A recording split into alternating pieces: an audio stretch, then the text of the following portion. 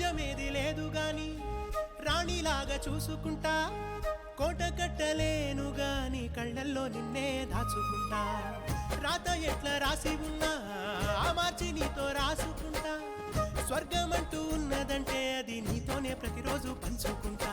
నిన్ను గన్న మీ నాన్న కన్నా లారు ముద్దుగా సాదుకుంటా. నీకు కోపం వస్తే కొంత దూరం ఉంటా, నువ్వు గీత గీస్తే నేను దాటనంట. కంట నీరు కంటి రెప్ప దాటకుండా కాటుకై కావాలుంటా. నా పెళ్లికి ఒప్పుకున్నందుకు థ్యాంక్స్ నాన్న.